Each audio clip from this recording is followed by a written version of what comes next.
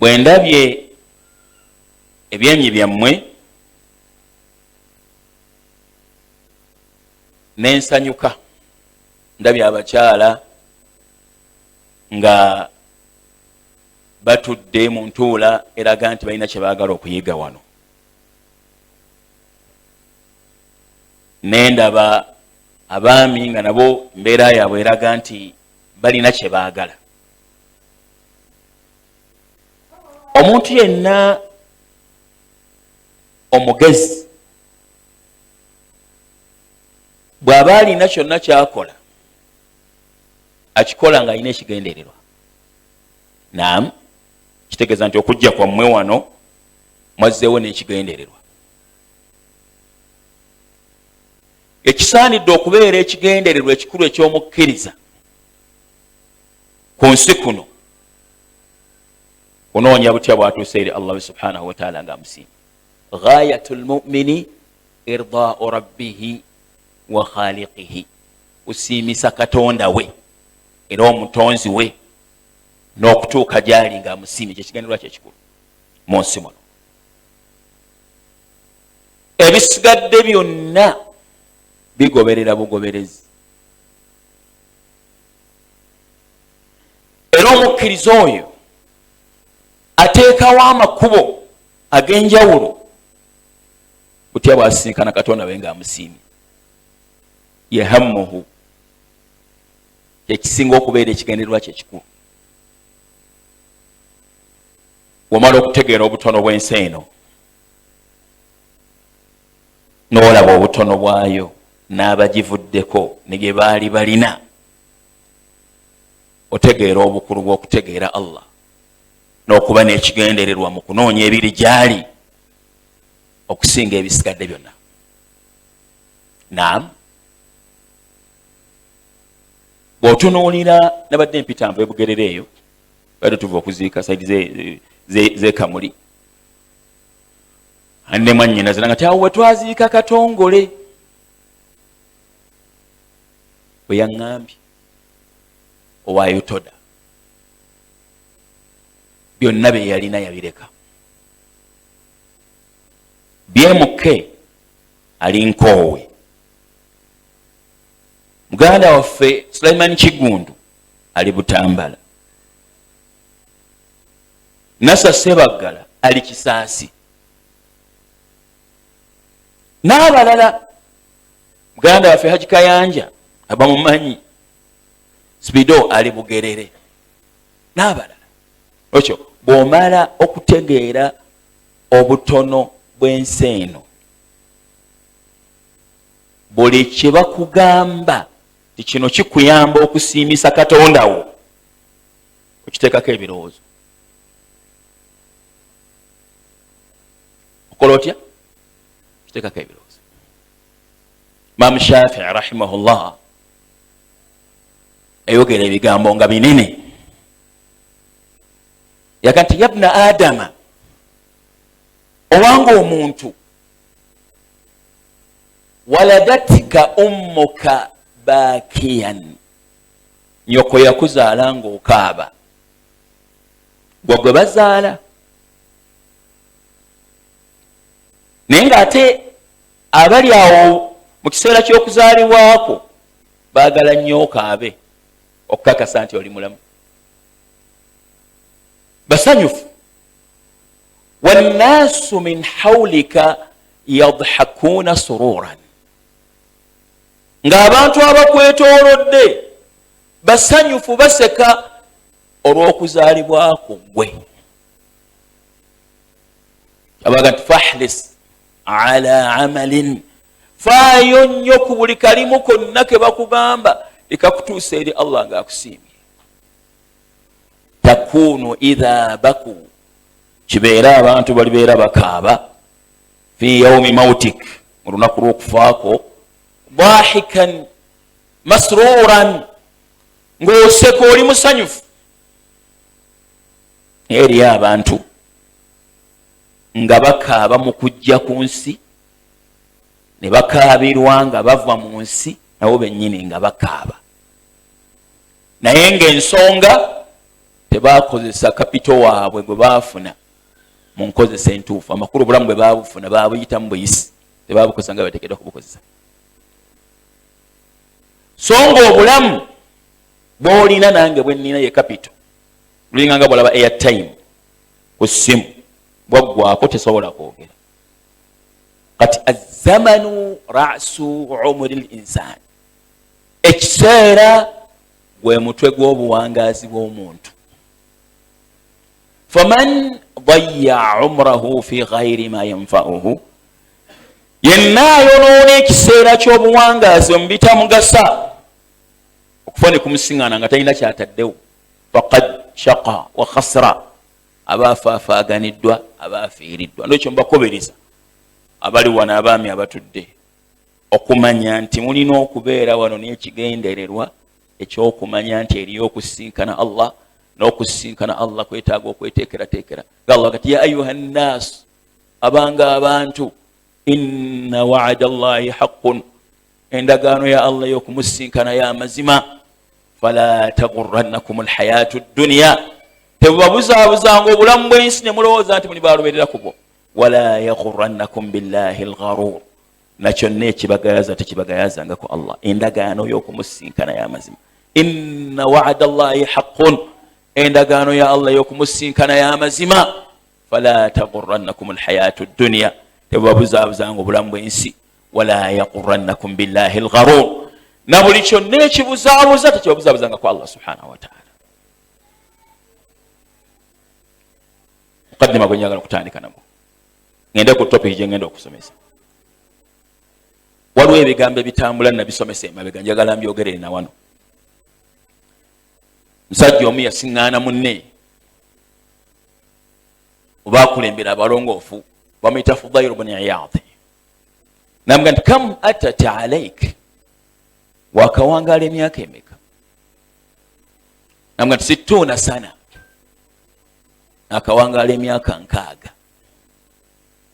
Nti wakawangaala emyaka 6? Ye yavuga nti mundu 60 sana tasilu ila rabbik, emyaka 6 gye wakawangaala ogimaze ng'otambula okudda eri Katonda wo. Tushiku an tablugha, obulako katono okutuuka. 2 g'olina, 3, 5, 4, 6, 15 ogimaze ng'otambula okutuuka eri Katonda wo, n'atera okutuuka. Yava omusajja atya nnyo, n'amugamba nti ngenda kubuka ebigambo ebirala bina byamugamba, naye yamugamba ku nkomero nti mpa ku magezi, nkoze ntya? Kitegedde nja kusinkana Allah, era kitegedde ajja kumbuuza, mpa ku magezi, nkoze ntya? Namugamba nti yasiira, njagala nkuwa amagezi matono mangu, naye ge njagala okuwa abaloona ekitebi. Tuhsinu ma baqiya, longoosa ekiseera kyekisigadde. Yaghfiru Allahu laka ma mada, Allah ajja kusonyiwa ebyayita. Fa in asa'ta ma baqiya, bw'onaayonoona ekiseera ekisigadde, tukhadhu bima mada wa ma baqiya, ojja kuvunaanwa ebyasooka n'ebyoluvannyuma. Ekyo olina omukisa nti okyassa. Singa abali mu ntaana baweebwayo eddakiika emu olwaleero, Bashekhe Mzata n'abalala, singa bafunayo eddakiika mu mwezi gwa Ramadan, eddakiika emu bweti olwaleero, oba neta Ramadan, kubanga bo bamanyi olwaleero nti obulamu kya muwendo, kebera eddakiika emu bweti. Singa abali mu ntaana bafunayo eddakiika emu bweti, bandibaddemu emiteeko 3. Teeka ogusooka, be baafa nga bakafiiri, baali yayaanya okukozesa eddakiika baatule shahada, ashhadu an la ilaha illa Allah, eyinza okuggwako. Teeka ogwokubiri, be baafa nga basiraamu naye nga tebeenenyezza amazambi, nga bajja mu Ramadani bakola bukozi katemba, bayimiriza amazambi ne bamala ne bagaddamu, ofune kubasiŋŋaana nga bagaddamu. Abo bandibadde bayayaana okugamba nti astaghfirullah wa atubu ilayhi, nsaba kusonyiyibwa, baali yayaanye naye tebakyasobola kugifuna eddakiika emu bweti. wadde akatundu kaayo. Omuteeko gwokusatu be bakkiriza naye nga beetaaga okwongerako ku mirimu. Basituka amadaala beyongereko ku madaala mu jjana. Bakitegeera nti ejjana amadaala gaayo gasinziira ku bye wakola. Abo nabo baali badde ng'olyaga subhanallah alhamdulillah allahu akbar, kubanga kimanyi nti okugamba obugambe ni subhanallah kimuyisumisitula eddala maaso ga Allah subhanahu mwezi gwa Ramadan. Tulaba nabbi bwagamba mu hadithi entuufu nti raqata alfajr khairu min ad-dunya wa ma fiha, era akabbiri zokka omuntu z'asaala eza subhi zisinga ensi n'ebikirimu. Ntegerekesa bulungi. Lwekyo mbakubiriza okubeera wano bamaama abali obannyinaze ne baganda bange nga mulina ekigendererwa ekyokunoonya okulongoosa entaana zammwe, olugendo lwammwe so okukola katemba. Ntegerekese kyo nkimaliriza. Ekyokubiri simanyi budde bwe bufaanana kubanga bwo bwennyini bulabika butono.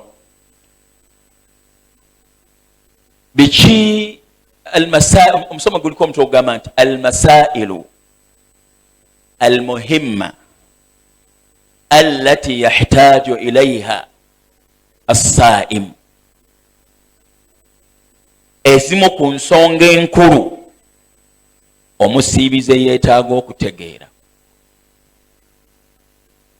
Almasailu almuhimma allati yahtaju ilaiha assaim, ezimu ku nsonga enkulu omusiibize yeetaaga okutegeera gwe musomo.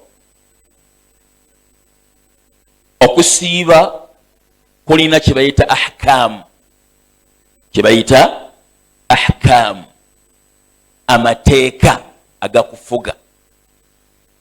Okusiiba kw'abasiraamu okwawukana kw'abakristaayo kulina amateeka agakufuga. Bwe tumala okubeera nga twatondwa kusinza Allah subhanahu wa ta'ala, tumusinzanga bw'ayagala singa bwe twagala. Kati mu kumusinzanga bw'ayagala atuteekera amateeka agatuyamba okukola by'ayagala nga bw'abikola ki, nga bw'abyagala. Era mu hadithi qudus hadithi ya Abu Huraira eri mu Bukhari, Allah agamba nti wama taqarraba ilayya abdi bishay'in ahabba ilayya mimma aftaradtuhu alayhi, omuddu wange takola mulimu nga ngwagala nnyo okwenkanankana ogwo gwe namulaalikako. Kitegeeza ki ekyo? Kitegeeza ebintu bibiri. Ekisooka nti yatulaalikako by'ayagala tukole ng'abiyisa ku nabbi we. Naam. Ekyokubiri, buli kye yatulaalikako aba akyagala, aba akola ki? Era aba ayagala kikolebwe nga bw'akola ki? Nga bw'akyagala. Njagala mbanyumirizeko kino ndyoke ngende ku nsonga njagala okwogerako. Bye njagala twogereko mu kusiiba ku ahkaamu. Bwe tuba tuli e Makka ennaku ezisembayo mu hijja tusula Emina. Okusula Emina mu mikolo gya hijja teeka min wajibat alhajj, mulimu almabitu bimina. Okusula Emina teeka. Kati mu mateeka ge tutuukiriza nga tuli Emina mulimu ramyul jimar, okusuula obuyinja mu mikolo gya hijja, nayo tteeka. Kati etteeka eryo nayo liriko ebiseera bye likolerwamu. Okusuula obuyinja kuliko ebiseera bye bulina okusuulirwamu nga nabbi bwe yabusuula. Nabbi yabusuula enjuba emaze okukyuka, naffe tulina kubusuula nga enjuba emaze okukyuka. Teeka. Kati olunaku lumu twava mu tenti ne tugenda okusuula obuyinja. Waliwo ekitundu gamba lugendo luwanvu. naye enjuba yali tennaba kukyuka. Nakyo njagala okutuukako muteekeyo ebirowoozo byammwe. Ngenda okutuuka okumpi n'ekiwagi mu musana nga mungi, ng'abantu bayimiridde ne manvuuli zaabwe bati mu kkubo okumpi n'ekiwagi, nga balinda enjuba ekyuke balyoke bakuba ekiwagi. Lwaki? Labbi bw'atyo bwe yakola. Abamanyi bagamba nabbi teyandikubye kiwagi ng'akikuba mu musana omungi ogufaana bwe gutyo singa teryali tteeka ku ye. Ekyo olw'okuba tteeka ku ye yakuba ekiwagi newankubadde ng'omusana mungi ng'enjuba emaze kukyuka. N'abaali mu hijja nga bategeera bye bakola ne bayimirira balinda emala okukyuka. Bwe baamala okwazina bwe pa ne batambula. Kitegeeza ekyo nti mu Busiraamu tusinza Allah nga bw'ayagala. Ne bakubeera kusiiba buli kimu tukikolera ku mateeka. Kino kiva wano kikoma wano, kino kiva wano kikoma wano. Olwekyo omusomo gugamba almasailu almuhimma, ezimu ku nsonga enkulu, allati yahtaju ilaiha saim, omusiibize yeetaaga okubeera ng'ategeera. Nsonga esooka njagala okwogerako. Salaamu alaikum warahmatullahi wabarakatuh. Ensonga esooka gyensazeewo ntandike nayo hukumu sawmi, okulamulwa kw'okusiiba.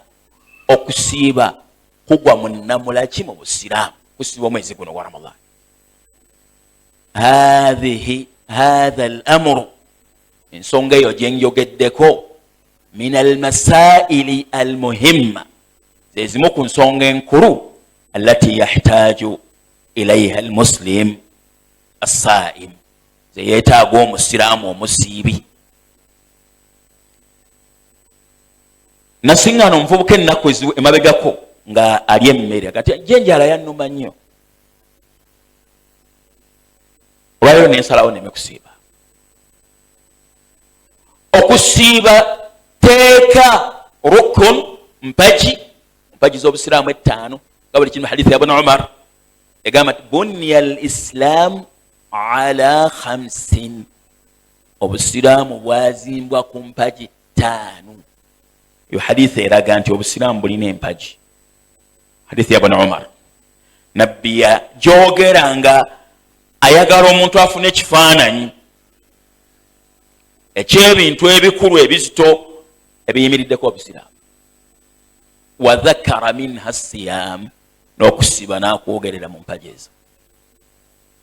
Bwe mala okubeera empaji ate era teeka kiki? Teeka ko buli Musiraamu yenna omukulu ategeera atali mulalu, teeka gwe bayita mukallafu, avunaanyizibwako amateeka, teeka era ovunaanyizibwako okukkiriza mu mutima gwo nti teeka. Bw'owakanya obw'etteeka bwako okaafuwala.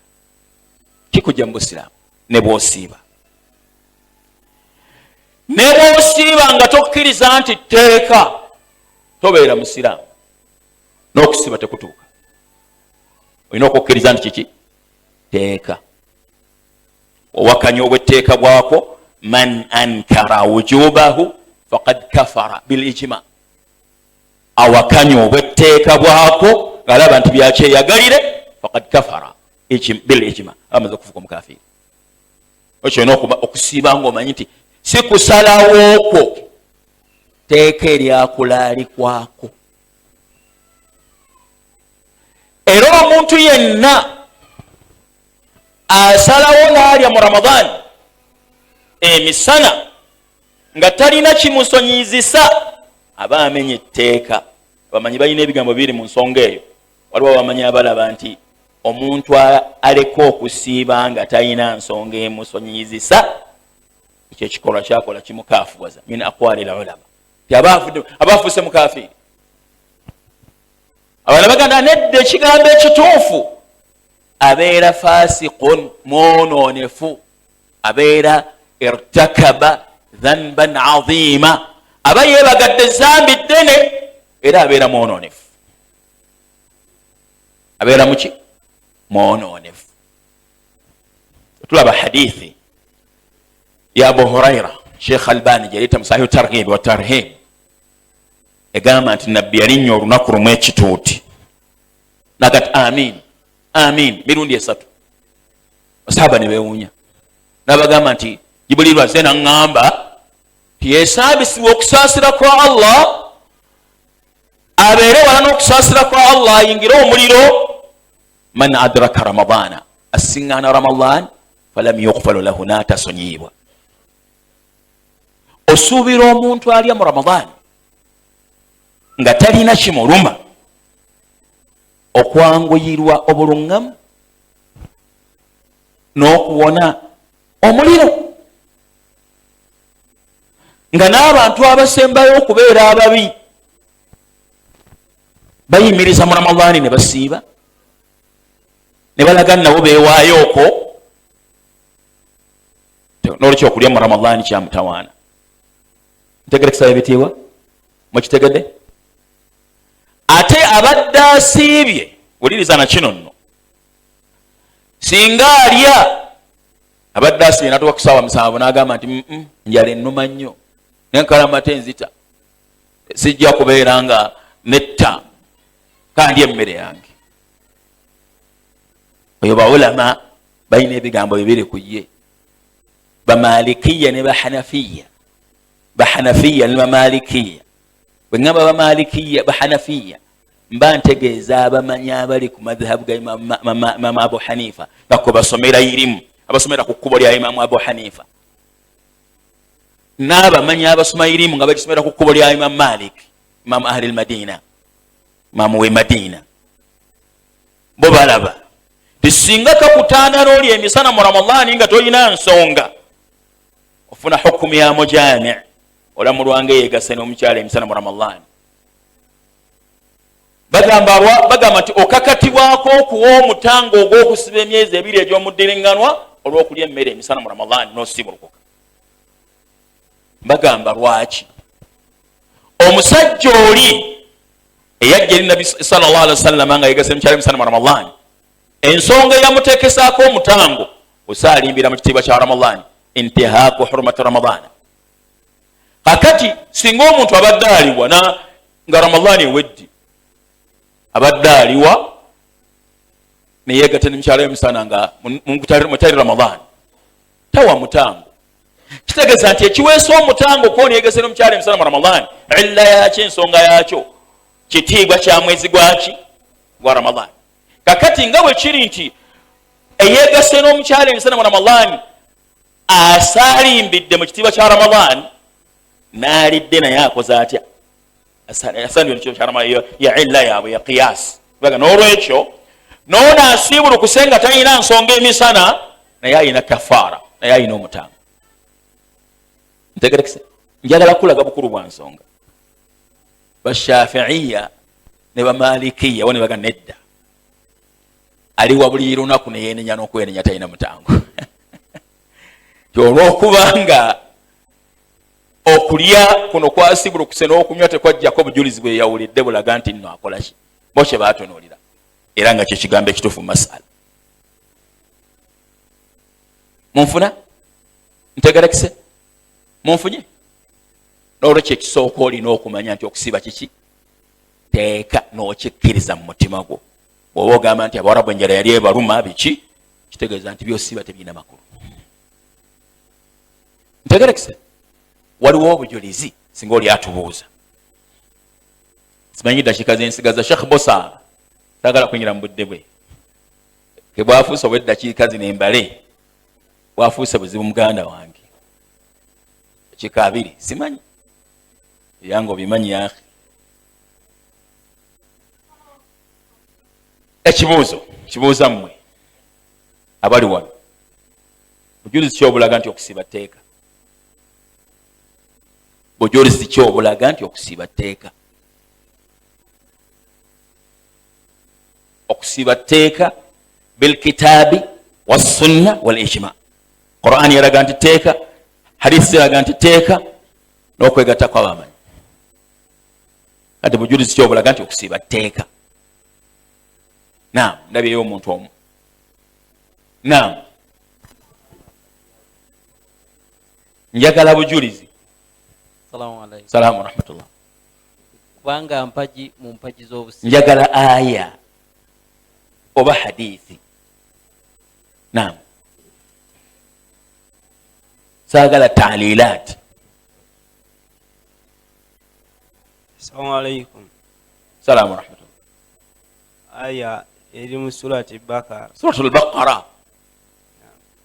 Esoma nti ya ayyuhalladhina amanu kutiba alaykumus siyam. Ne bw'okoma ayiga nti ya ayyuhalladhina amanu, abanga abakkiriza, kutiba alaykumus siyam, ay furida alaykumus siyam, mulalikiddwako okusiba.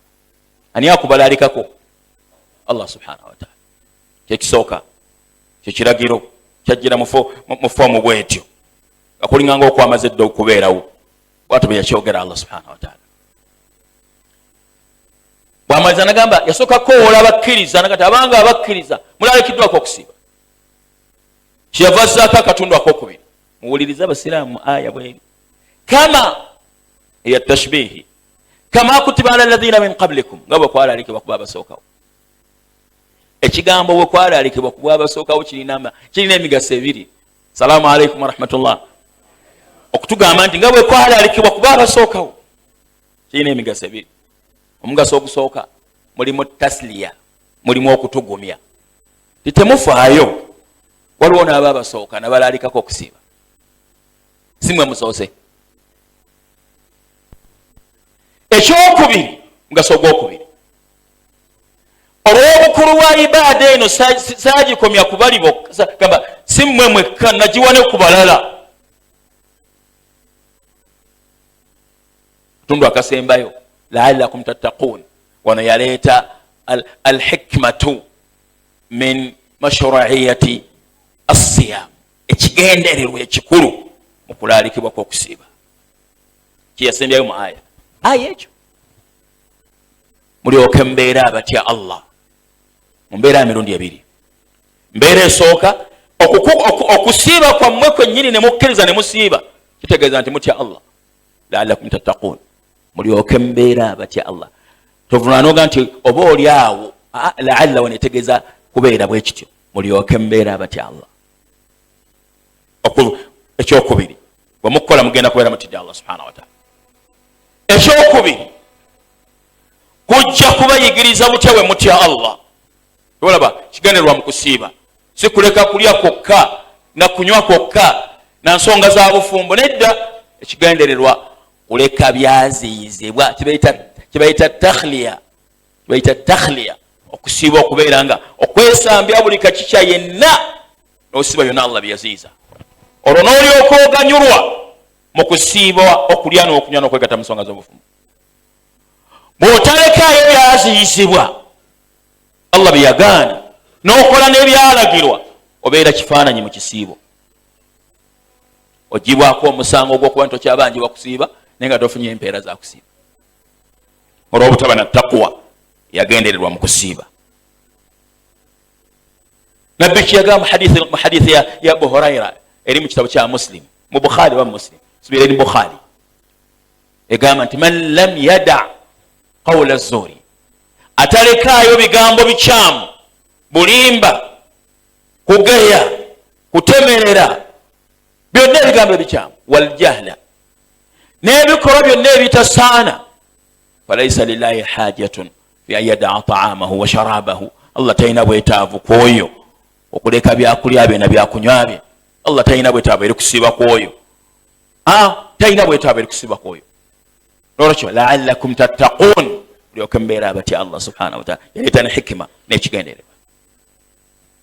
Wano waliwo ekibuuzo nga mmaliriza ensonga eyo. Assalamu alaikum wa rahmatullahi wa barakatuh. Tuwulidde aya nga Allah akoowola abakkiriza kibanga ekitegeeza nti okusiiba kw'abakkiriza si kw'abasiraamu. Mulaba mutya? Salaamu alaikum. Tuwulidde aya nga Allah agamba nti abanga abakkiriza, kati ate baabasiraamu nga tabagambye ate nga n'abasiraamu abalala tubalaba basiiba. Munziremu. Aya etegeeza nti okusiiba kw'abakkiriza oba n'abasiraamu bayingiramu. Munteekeko ebirowoozo basiraamu. Naam, ani ayanukula ekyo nkigabirako ngenda kigabirako ekirabo kakibeere kitono. Singa oli ampa ansa ngenda muwe ekirabo kakibeere kitono. Naam, alaikum salaam wa rahmatullahi wa barakatuh. Obukkiriza empagi y'obusiraamu esooka shahada. Mukkiriza muganda waffe bw'agambye salaamu alaikum wa rahmatullahi wa barakatuh. Kituufu basahaba basooka kubeera basiraamu ne batuukiriza obusiraamu bwabwe ne basenguka ne bava e Makka ne bagenda e Madiina nga bakkiriza bafuna erinnya ly'obukkiriza oluvannyuma lw'okubeera abakkiriza abatuufu. Allah n'abayita abakkiriza. Kituufu okusiiba ne kulaalikwa ku basiraamu mu mwaka ogwokubiri. Mbaka yasiba ebisobo bimeka? Nabi Muhammad yasiba ebisobo bimeka? 9. Bwe yafa mu mwaka gwa 11 mwezi ogwokusatu. Naye newankubadde nga aya eyita bakkiriza, teri asobola kubeera mukkiriza nga si musiraamu. Salaamu alaikum. Olina kusooka kubeera musiraamu n'olyoka obeera omuki.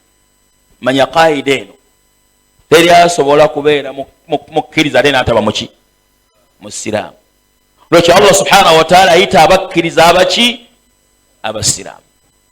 Kale era ekirala ky'oba omanya, salaamu alaikum, kino nakyo kitegeere. Buli lw'osoma Qur'an n'ogisiŋŋaana nga ekozesezza ekigambo bukkiriza ne hadith. Oli wamu nange? Salaamu alaikum. Lw'osoma Qur'an ne hadith n'ogisiŋŋaana nga ekozesezza ekigambo bukkiriza, manya nti kiri wamu n'obusiraamu. Biyita bimeka? 2. Ekigambo bukkiriza buli lwe kijja mu Qur'an nga kiri kyokka bwe kiti kiba kiri wamu n'obusiraamu.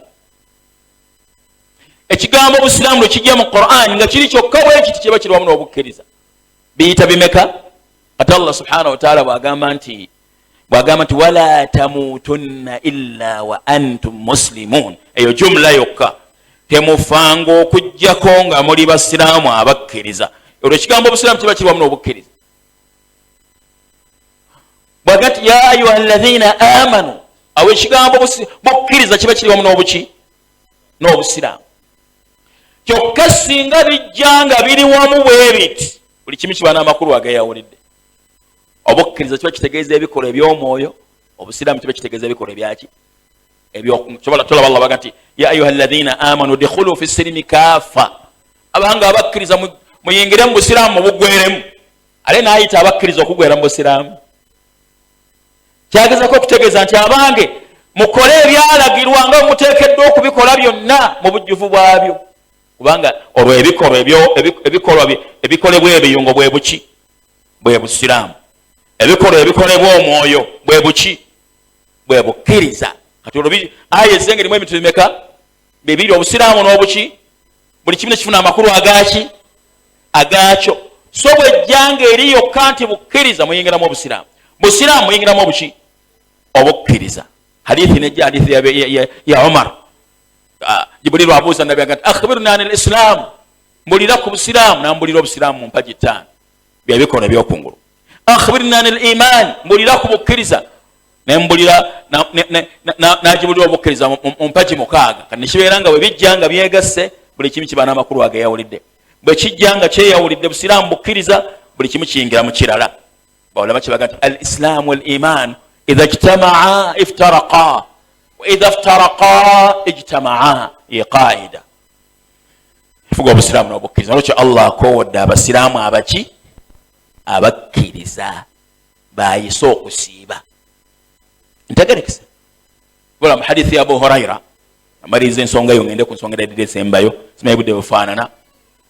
Yagamba Nabbi sallallahu alayhi wasallam, assalamu alaykum wa rahmatullah, yagamba nti man saama ramadana imanan wa ihtisaba, enasa omwezi gwa ramadani nga mukkiriza era nga asuubira okusasulwa. Imanan, Sheikh Ibn Uthaymin yagamba nti mu'minan bifardiyatihi, nga akkiriza obwetteeka bw'okusiiba. Imanan mu'minan bifardiyatihi, nga akkiriza obwetteeka bw'okusiiba era nga akkiriza n'amateeka ga Allah gonna. Wahtisaban, asuubira n'okusasulwa wadde abasinkanya Allah subhanahu wa ta'ala. Ghufira lahu ma taqaddama min dhanbihi, ajja kusonyiyibwa ebiso bye byakulembera. Kati hadithi eraga ti omusibi yandibadde nga ekigendererwa kye ekikulu mu kusiiba kunoonya kusonyiyibwa kwa Allah subhanahu wa ta'ala. Era omuntu teyandisiibye nga talina ssuubi lya kusasulwa maaso ga Allah subhanahu wa ta'ala, atakkiriza nti eriyo okusasulwa aba talina mugaso mu kusiiba kwe. Osiibira ki ate okkiriza nti eriyo okusasulwa? Akkiriza nti eriyo okusasulwa yasiiba kubanga asuubira okusasulwa. Era kyayagala omusiibi ekisinga okubeera ekikulu gyali kusonyiyibwa kwa Allah, Allah kumusonyiwa na kumusaasira kyekiba kibeera ekigendererwa kyo mu kukola ki? Mu kusiiba. Ntegerekese bulungi? Munfunye pointi eyo ngimaze, mbuzayo dakika mmeka? Njogereyo pointi 2 zokka ngende dakika 10. Kale kino kibuuzo, okusiiba kulina obukwakkulizo bumeka n'empagi mmeka? Kibuuzo nkibuuza abali wano, okusiiba kulina obukwakkulizo bumeka n'empagi mmeka? Tolaba nti mutawaana munene nakafuna omuntu omu. Ntera okugamba nti singa Abachina singa wabaddewo omulimu ogw'okugenda China okukola nga gugaba $100 sebo MP waffe inshallah nga gugaba $100 mmeka? 100. Nabaga naye okugenda okukola omulimu ogwo weetaaga okusooka okuyiga Oluchina. Abantu bandijjudde we basomera Oluchina. Naye mina al-ajaib obyewuunyisa lamanzaani atuuka nga abantu bamanyi kye bagenda kukola. Lwaki? Anti amagezi g'abantu abasinga obwonnyina okutegeera kwabwe kulowooza ku nsi eno ey'akaseera akatono. Era bwe babeera bagitetenkanya bafaayo okuyiga ebigikwatako, naye babeera bakola emirimu gya Allah subhanahu wa ta'ala tebafaayo.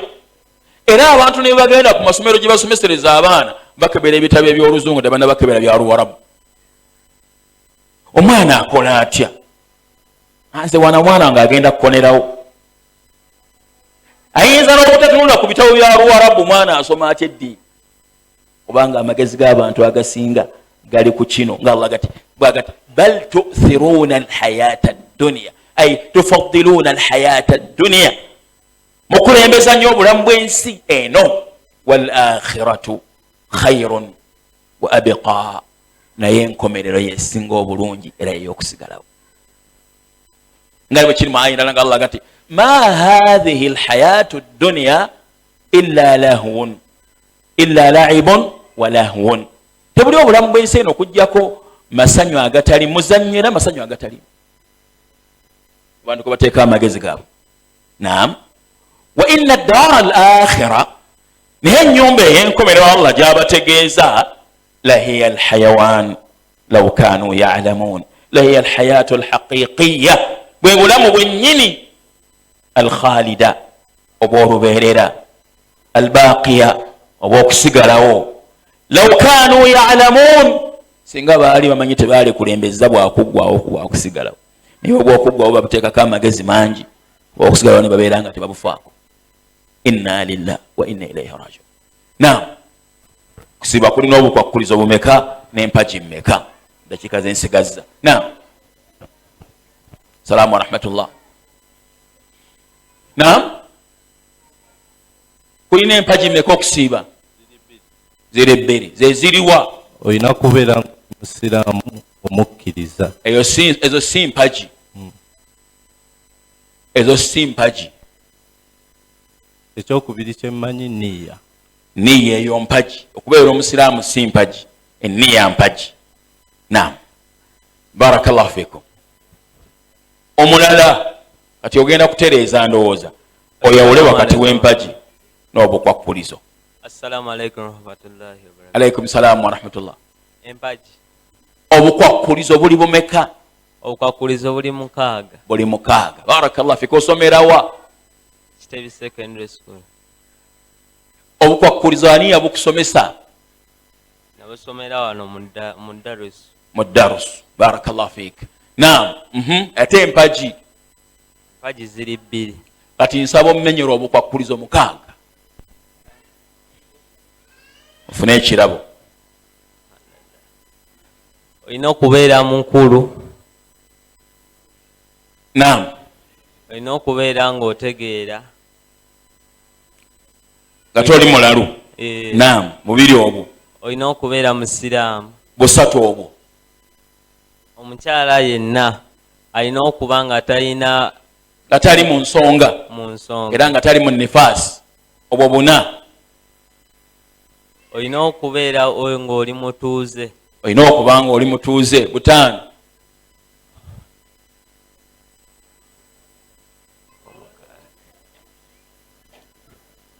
kubulayo kamu. olina okuba nga olina obusobozi. mukaaga. niwakubadde nga obuzizaako kamu ekirabo ogenda kifuna. barakallahu fiikum. Naam. ani ambulira empaji? Salaamu alaikum warahmatullahi wabarakatuh. saidi eno. Naam. ewa shekhe wano oyo. Naam.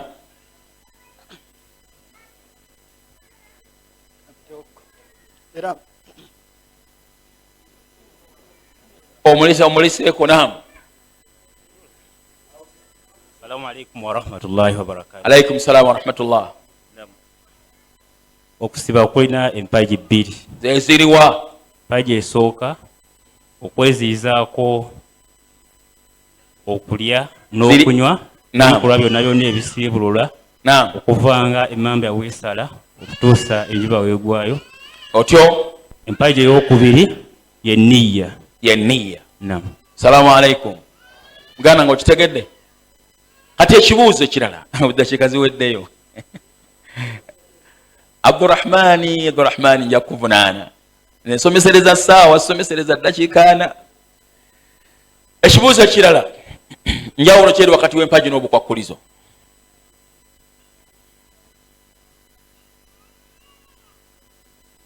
njawulo kyeri wakati w'empaji n'obukwakkulizo? ekyo nakyo kirabo.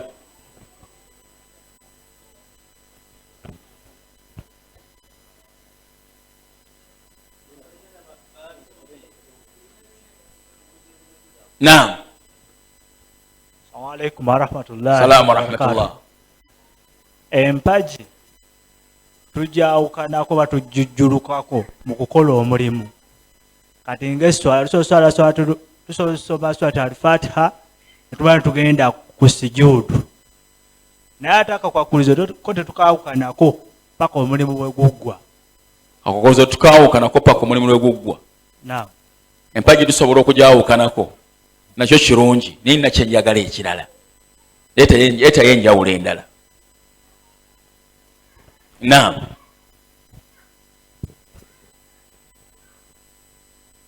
tusoma oba nedda? Naam.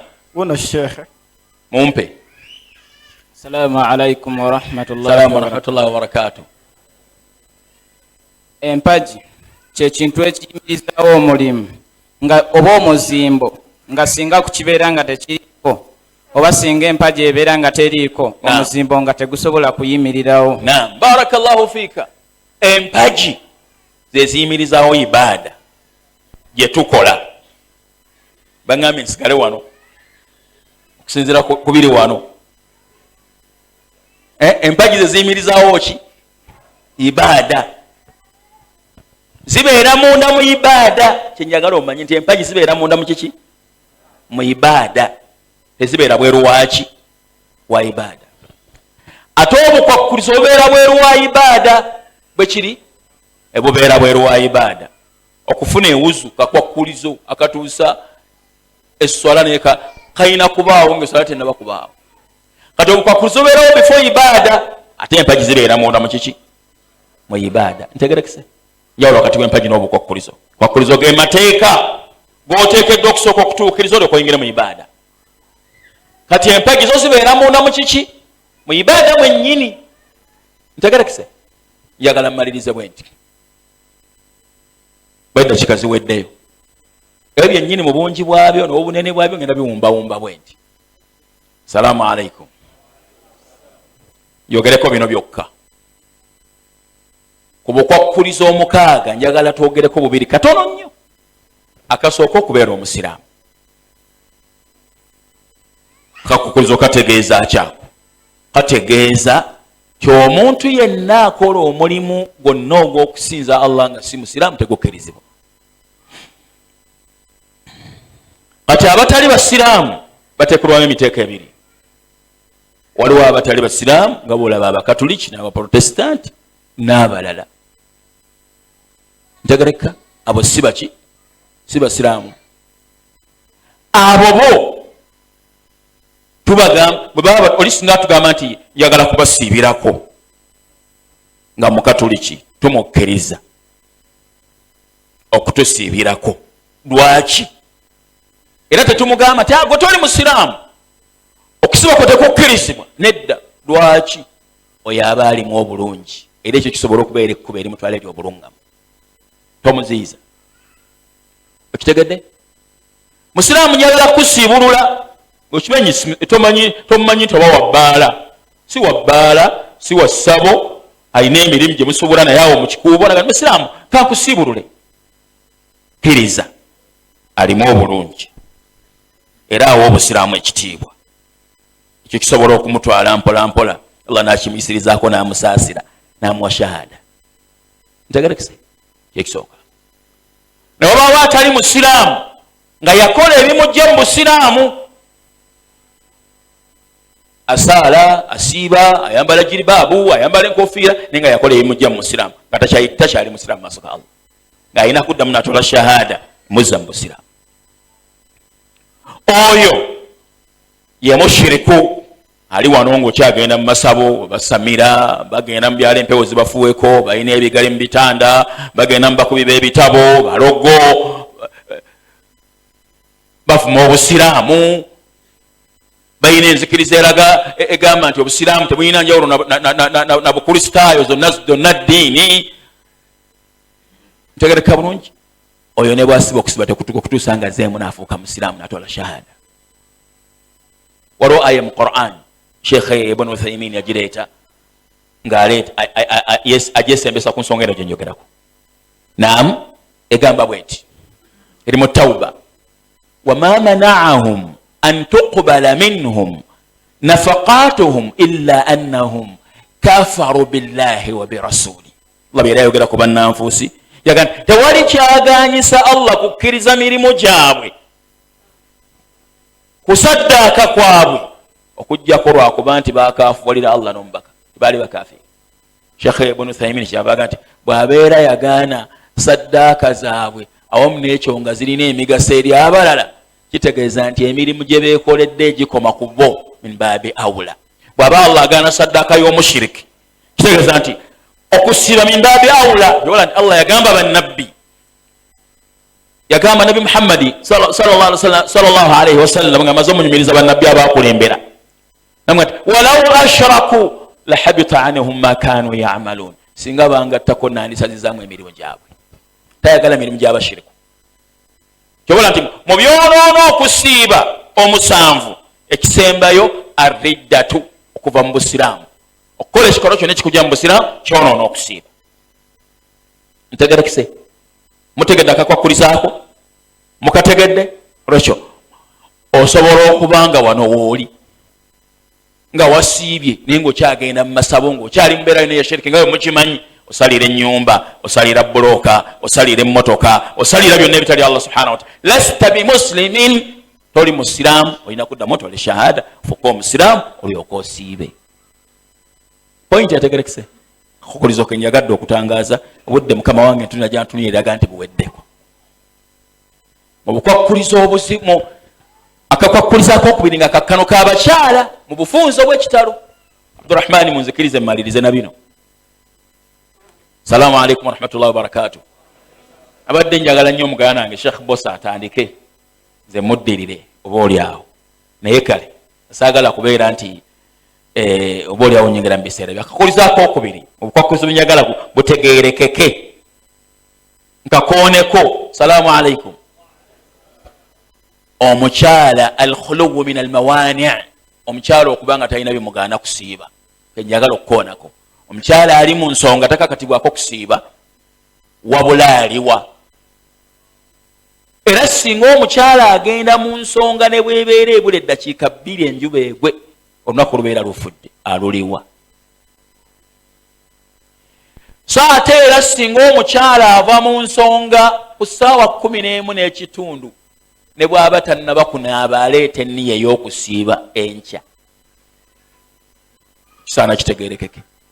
Thaniyan, ekyokubiri, waliwo n'omukyala ayinza okulowooza titasiiba naye ng'akakatibwako okusiiba n'okusaala. Ye mukyala avuddemu olubuto olw'emyezi 2 oba ogumu. Omusaayi oguva mu mukyala avuddemu olubuto olw'emyezi 2 oba ogumu si gwa nifaasi, musaayi bagutadda mu fasaadi. Bwe gukuvaamu tokakatibwako kunaaba lunaaba lwa mukyala avudde mu nifaasi.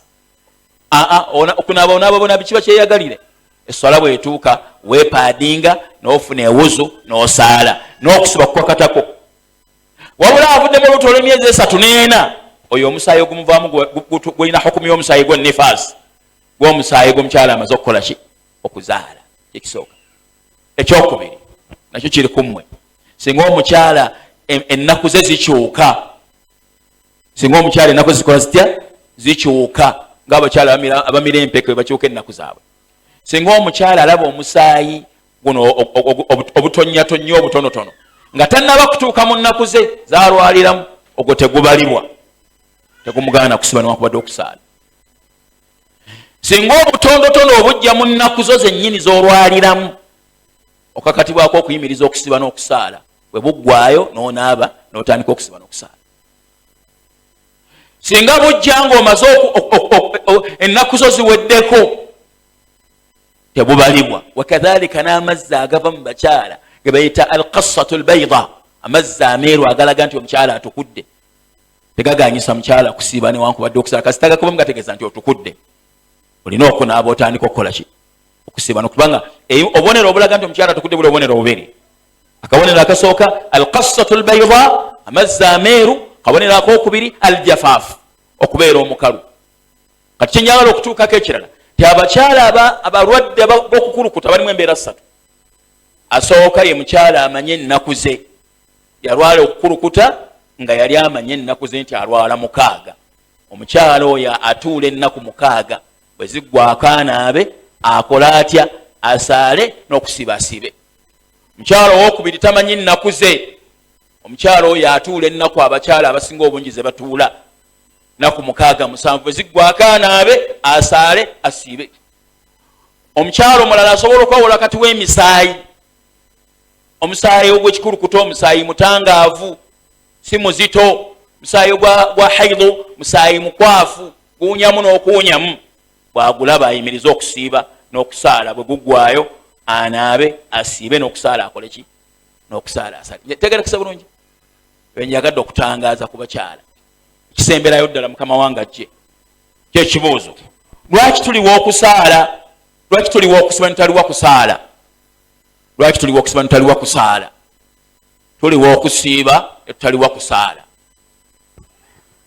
Kyala yajja n'abuuza Aisha radhiyallahu anha, omu ku bakyala abasinga obugezi mu nsi yonna.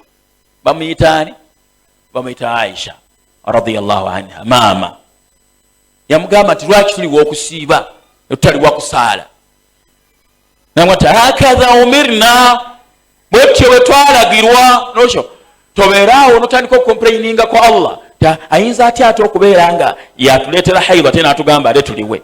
ate era kiyinza kitya okubeera nga ngenze mu haimu ng'ebiri dakiika 2 aye nembeera nga ndiwa.